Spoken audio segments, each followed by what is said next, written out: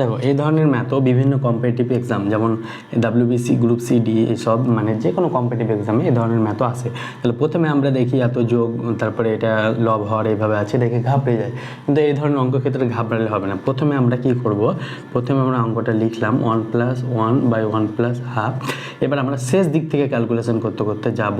আমরা প্রথমে এই যোগটা তো করতে পারছি না, তাই শেষ দিক থেকে যাব। তাহলে শেষ দিক থেকে করলে 1/1 + 1 এই যোগটা করব। তাহলে 1 + 1 2 এটা যোগ করলে কত হবে 2 লসাগু।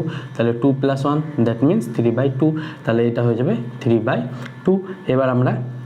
এবার এটার যোগ করব, এই নিচের এইটুকুর অংশ। তাহলে 1 + 1/3 1/3/2কে আমরা কি লিখতে পারবো 2/3। এটা যদি উপরে উল্টে যায় আমরা জানি 1/a/b, তাহলে এটাকে আমরা b/a লিখতে পারবো, কারণ কি এটা উপরে গেলে 1 থাকলে সেটা রেসিপ্রোকাল হয়ে যায়, মানে উল্টে যায়।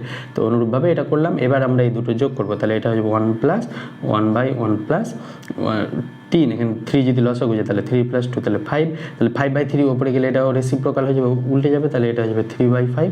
এবার আমরা এটা যোগ করবো। তাহলে 5 লসাগু 5 + 3 তাহলে 8/5। তাহলে 8/5 কোথায় হচ্ছে অপশান 8-এ, অপশান ডিতে। তাহলে এ ধরনের ভিডিও পেতে অবশ্যই তোমরা পেজটিকে ফলো করবে এবং ভিডিওটি ভালো লাগলে অবশ্যই বন্ধুদের মাঝে দেখাবে, শেয়ার করবে। Thank you.